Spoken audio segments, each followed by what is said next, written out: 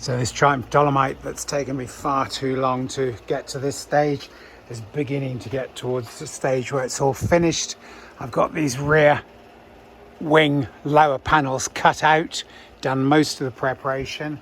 I made some notes to myself last night on the masking tape here, just so that I wouldn't forget where I was at last night. I've also highlighted some dents that are going to need resolving, but once I've done these wings both sides and this little section on the wheel arch here, then I've just got to tidy up the rear doors, and that's the welding work finished, and it's time to be thinking about paint.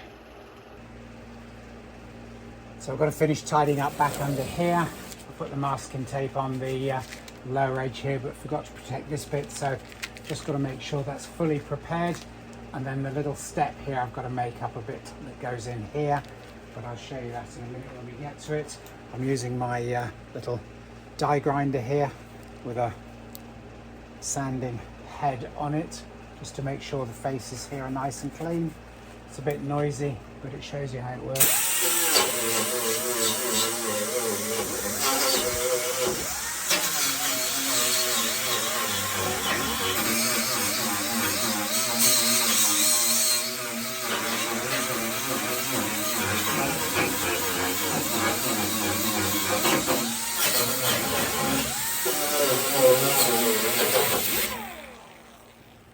It's not very thrilling, so I'm not going to bore you with that while I go right through it. I'll show you the next step when I get there. So that's got the mating faces here, nicely cleaned up, got all the old material from the old wing off and so on. I've cleaned up here as well, ready for when this bit gets welded to the inside of the inner wing. And you can see here where I've prepared the inner wing with some zinc anti-rust proofing. I've actually cleaned up the welding area beforehand to make sure that we get a good clean weld. Obviously I'll clean up this face, and I'm going to do the inside edges return here where we're going to weld here. I can use my spot welder up on the wheel arch and across the bottom here, but here I'm going to have to use the old technique of punching some holes in this and then weld through with the MIG welder. Next job is to cut this down to size, because I'm trying to hide the join behind the rear bumper. So this is the height that I need, but I'm going up slightly higher than this because I'm going to swage across the whole thing to make sure that it's nice and strong and stays in shape, and then it will go in behind the existing panel, and then I can just weld it all along the joint there. That'll be a good one. But before I do any of that, I'm going to do this step, because the bottom edge of the inner wheel arch is supposed to come out forwards, and on this one it's rusted away, so I'm just going to make up the little step piece there and then keep going. The spot welder I'm using is just a generic unit from Vivor. It's got some good adjustability on it though. You can see the different scales there, and it's got some shorter arms if necessary. I tend to stick with the longer ones because it's easier to get into the various access points, but it makes spot welding a lot easier rather than the way I used to do it, which was to punch holes in all the panels and weld through them with the MIG. Using the spot welder obviously doesn't need any of the punching, none of the grinding back down afterwards, so all good. So I've got a little clamp holding the repair section in there. Gonna give this a go.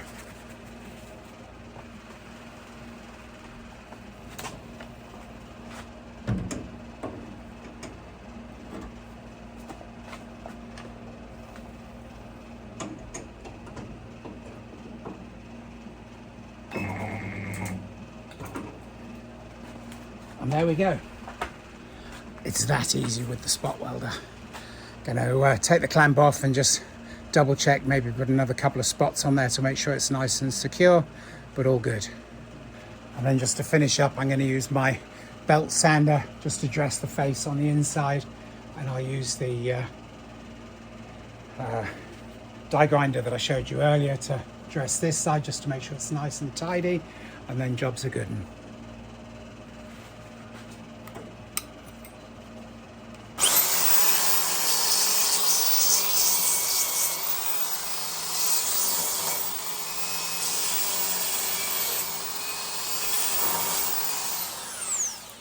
There we go, that's tidied that up nicely. No one will ever see it, but that's not the point. I know it's there and it's tidy.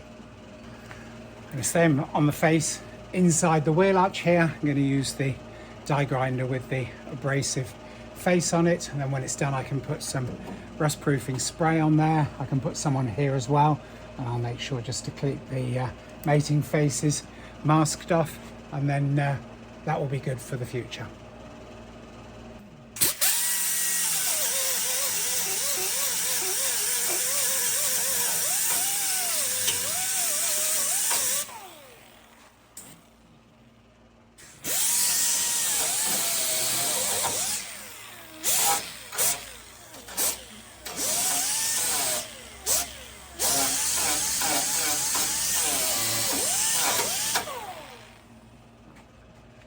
There we go, that's all nicely tidied up, back to bare metal.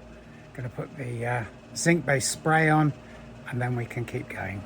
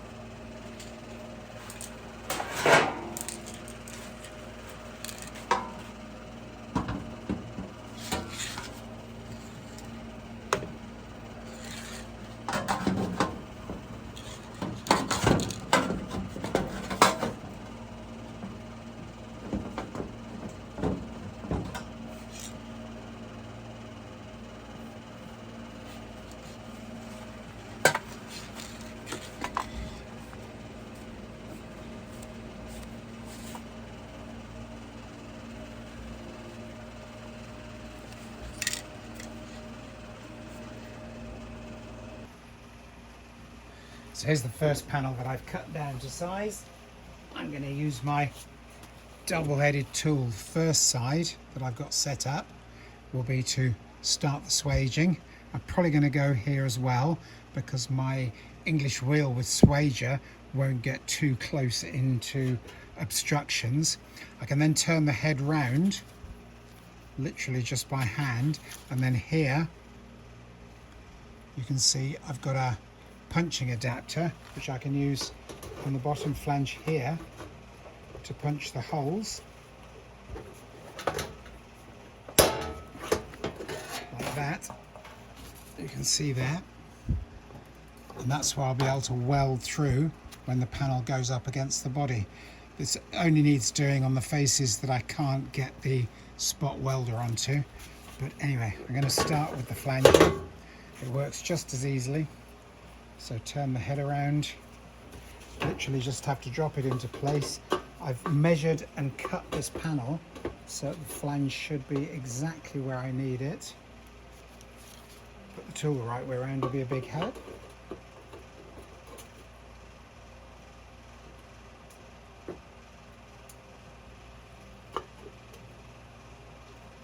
A little bit of time just to line everything up, and then squeeze like with the hole punch.